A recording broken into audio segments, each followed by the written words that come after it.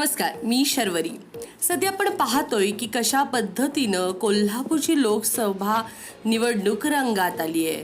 धनंजय महाडिकांची आणि बंटी पाटलांची उघड दुश्मनी समोर येते।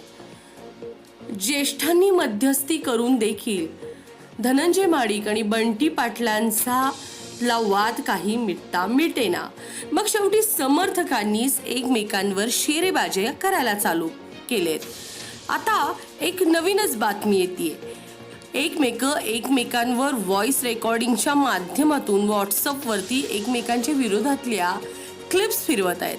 त्यासोबत विविध व्हॉट्सअपच्या बाबतीतले एकमेकाला खाली ओढण्याच्या प्रयत्नात पुन्हा एक लेटर प्रसिद्ध झाल्याचा दावा या ठिकाणी बंटी पाटलांचे समर्थक करतायत।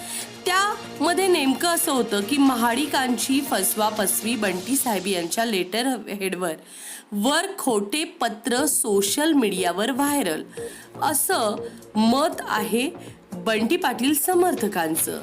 तर बंटी पाटील समर्थकांच्या बाबतीत महाडिक गटाचं असं मत आहे की अशा पद्धतीचं त्यांनी कोणतंच पत्र व्हायरल केलं नाही। दरम्यान या पत्रकात असं आहे की कोल्हापूर लोकसभा मतदारसंघातील निवडणुकीसाठी उद्या मतदान होते। विरोधकांना बंटी साहेबांची जिल्ह्यातील ताकद व स्वाभिमानी जनतेनं त्यांना दिलेले बळ कुठून चुकलंय, त्यामुळे महाडिकांच्या पायाखालची वाळू सरकली आहे। पराभव त्यांच्या समोर दिसतोय।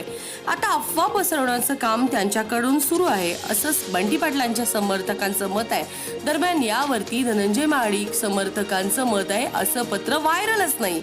आज दुपारी बंटी साहेबांच्या लेटर हेडवर दिशाभूल करणारा मजकूर त्यांनी सोशल मीडियावर व्हायरल केला।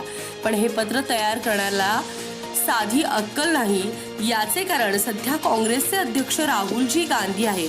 पण विरोधकांनी तयार केलेल्या पत्रावर काँग्रेसच्या अध्यक्षा म्हणून सोनियाजी गांधी यांचं नाव लिहिलं आहे असं समर्थकांचं मत आहे। एकूणच महाडिक कंपनी फसवाबिसवी करते असं बंटी पाटील समर्थकांचं मत आहे। तर बंटी पाटील समर्थकांचं मत आहे की एकूणच हे चाललेलं हे खोटं आहे आणि अशा पद्धतीचं बंटी साहेबांकडून कुठलंच पत्रक आलेलं नाही।